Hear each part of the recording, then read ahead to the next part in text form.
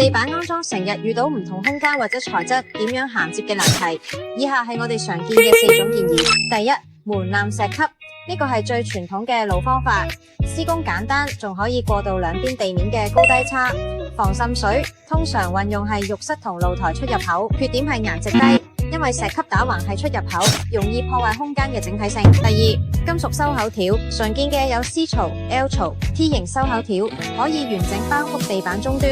收口條下方能夠保留地板熱脹冷縮所需嘅伸縮空間，令空間視覺更流暢。一啲懸浮式鋪裝地板亦都會用到呢一種收口方式。第三，無縫銜接係視覺上最經驗嘅方案，冇任何收口材質，令地面似一整塊，非常適合而家嘅極簡風。缺點係對地面平整度同施工方法要求極高。第四，高低收口條，適合地面有較大落差嘅情況，能夠巧妙過渡高低差，費用較低，裝飾效果比較粗糙，美感稍顯扣分。追求精緻度嘅話要慎選。最後建議大家揀收口條嘅時候，盡量挑選同地板同樣顏色，令整體視覺更加流暢。除咗以上介紹嘅收口方式，你仲有啲咩關於地板嘅知識想知？記得留言俾我哋。